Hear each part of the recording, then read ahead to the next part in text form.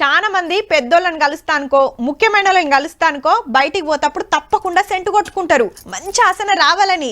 ఇక పోరలైతే ఇంట్లోకెళ్ళి అడుగు బయటికి పెడుతుర్రంటే చాలు సెంటు బాటిల్ తీసుకొని పస్స ఒత్తుతూనే ఉంటారు.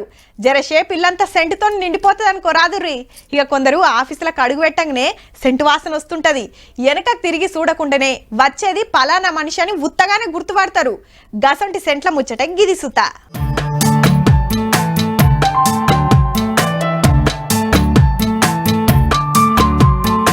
బుడ్డ సీసాలు ముద్దు కొడుతున్నాయి కదా, మూత తీసి ఒత్తిర్రంటే కమ్మటాసన అమ్మురుకుంటది అర్రంతా.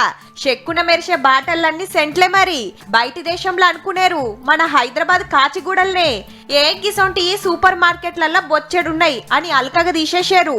ఈడ 400 తీర్ల సెంట్లు, మళ్ళా ఏ ఫ్లేవర్ కావాలంటే అది అప్పటికప్పుడు తయారు చేసిస్తారు. ఈ అన్నదే ఈ దుఃఖం. మాలంతా దుబాయి, సౌదీ, బ్యాంకాక్ నుంచి తెప్పిస్తాడట.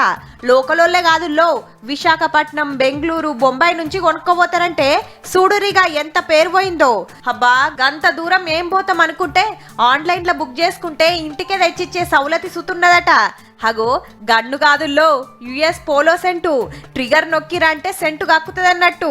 15 గంటల దాకా కమ్మట ఆసన వస్తుందట మనోళ్ళు తయారు చేసే సెంట్లు.